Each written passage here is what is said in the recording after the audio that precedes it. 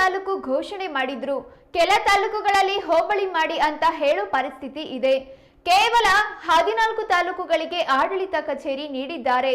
ನಾವು ಬಂದ ಮೇಲೆ 49 ತಾಲೂಕುಗಳಿಗೆ ಆಡಳಿತ ಕಚೇರಿ ಒದಗಿಸಿದ್ದೇವೆ ಎಂದು ಕಂದಾಯ ಸಚಿವ ಕೃಷ್ಣ ಬೈರೇಗೌಡ ಹೇಳಿದ್ದಾರೆ. ಸದನದಲ್ಲಿ ಮಾತನಾಡಿದ ಅವರು, ಹೊಸ ತಾಲೂಕು ಮಾಡುವಾಗ ಮಾನದಂಡ ಇರಬೇಕೆಂದು ಹೇಳಿದರು. ಅಲ್ಲಿನ ಜನರೇ ಹೋಬಳಿ ಮಾಡಿ ಅಂತ ಪತ್ರ ಬರೆದಿದ್ದಾರೆ ಎಂದು ಹೇಳಿದರು. ಹೊಸ ತಾಲೂಕು ಮಾಡಿ ಅಂತ ಕೇಳೋರಿಗೂ ಸಚಿವರು ಸದನದಲ್ಲಿ ಉತ್ತರ ಕೊಟ್ಟರು.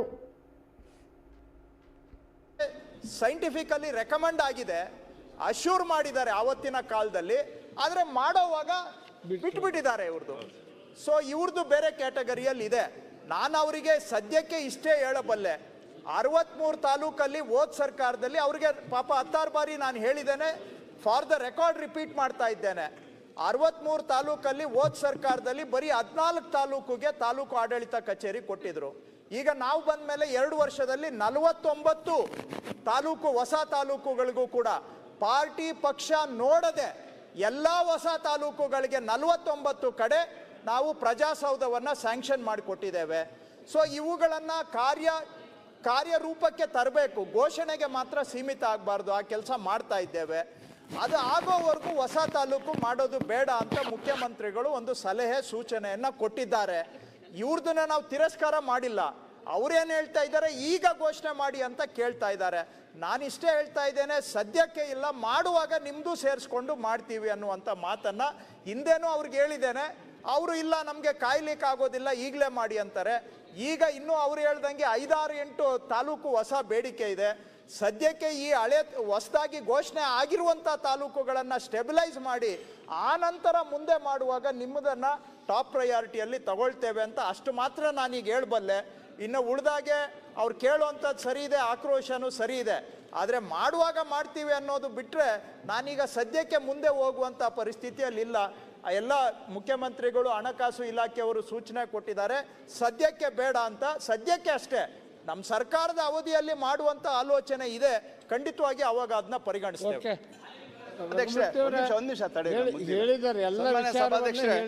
ಈಗ ನಮ್ಮ ಸಚಿವರು ನಮ್ಮ ಮಾತುಗಳೆಲ್ಲ ಕೇಳಿದ್ದಾರೆ, ಒಪ್ಪಿದ್ದಾರೆ. ಆದರೆ ಒಬ್ಬ ಜನಪ್ರತಿನಿಧಿ ಆದವನು 13 ವರ್ಷಗಳಿಂದ, ಅಂದರೆ ನಾನು 3ನೇ ಸಾರಿ MLA ಆಗಿದ್ದೀನಿ. ನಾನು ನನ್ನ ಕ್ಷೇತ್ರಕ್ಕೆ ಜನರಿಗೆ ಏನು ಮಾತುಗಳನ್ನು ಕೊಟ್ಟಿದ್ವಿ ಅದನ್ನು ನಾವು ಉಳಿಸ್ಕೋಬೇಕಾಗ್ತದೆ. ಇದನ್ನೆಲ್ಲದೂ ಕೂಡ ರಾಜ್ಯಕ್ಕೆಲ್ಲ ತಳುಕಾಕಿ ಇದೆಲ್ಲನೂ ಕೂಡ ಅಭಿವೃದ್ಧಿ ಆದಮೇಲೆ 63 ತಾಲೂಕು ಅಭಿವೃದ್ಧಿ ಆದಮೇಲೆ ನಮ್ಮ ತಾಲೂಕು ಅಂದರೆ ಏನು ಎಲ್ಲಿರ್ತದೆ ಸನ್ಮಾನ್ಯ ಸಭಾಧ್ಯಕ್ಷರೇ? ಒಬ್ಬ MLA ಆದವರು ಮಾತುಗಳನ್ನು ಉಳಿಸ್ಕೋಬೇಕಾಗ್ತದೆ, ಜನರು ಕೊಟ್ಟ ಆಶ್ವಾಸನೆಯನ್ನು. ಯಾವುದೋ ಕಾರಣಕ್ಕೆ ಇದು ಯಾವ ಥರ ಆಗಿದೆ ಅಂದರೆ, ನಾನು 43 ತಾಲೂಕು ಯಾಕೆ ಮಾಡಿದ್ದಾರೆ, ಅವು ಎಲಿಜಿಬಲ್ ಇಲ್ಲ ಅಂತ ನಾನು ಹೇಳಲ್ಲ. ಅಪರಾಧಿಗಳು ಶಿಕ್ಷೆಯಿಂದ ತಪ್ಪಿಸ್ಕೊಂಡು ನಿರಪರಾಧಿಗೆ ಶಿಕ್ಷೆ ಆಗ್ತಾ ಇದೆ, ಇದು ಆ ರೀತಿಯಾಗಿ ಆಗಿದೆ. ಅದಕ್ಕೆ ವಿಶೇಷವಾಗಿ ನಮ್ಮ ತಾಲೂಕನ್ನು ಪರಿಗಣಿಸಲೇಬೇಕು ಸನ್ಮಾನ್ಯ ಸಭಾಧ್ಯಕ್ಷರೇ. ಹಾಗಾಗಿ ನಮ್ಮ ಸಚಿವರೆಲ್ಲ ಕೇಳೋದಿಷ್ಟೇ, ಬೇರೆ ಬೇರೆ ಕಾನೂನು ತಪ್ಪುಗಳಾಗ್ತವೆ, ಬೇರೆ ಬೇರೆ ಅವ್ಯವಸ್ಥೆ ಆಗ್ತದೆ, ಅದನ್ನು ಸರಿಪಡಿಸೋಕ್ಕೆ ಸಚಿವರಿಗೆ ಬರ್ತದೆ. ಇದೊಂದು ತಾಲೂಕನ್ನು ಮಾಡಲಿಕ್ಕೆ ಆಗೋದಿಲ್ವ ಸನ್ಮಾನ್ಯ ಸಭಾಧ್ಯಕ್ಷರೇ? ನನ್ನ ಪ್ರಶ್ನೆ ಇಷ್ಟೇ. ಖಂಡಿತವಾಗ್ಲೂ ಈಗಾಗಲೇ ನಮ್ಮ ಕ್ಷೇತ್ರದ ಜನ ಯಾವುದೇ ಸಂದರ್ಭದಲ್ಲಿ ಭಾಳಷ್ಟು ನಾವು ಸಮಾಧಾನ ಮಾಡಿ ಅವ್ರುಗಳಿಗೆ ಹೇಳ್ಕೊಂಡೇ ಬಂದಿದ್ದೀವಿ. ಅವ್ರು ಯಾವುದೇ ಹೋರಾಟಕ್ಕೆ ಸಿದ್ಧತೆ ಆಗಿದ್ದಾರೆ.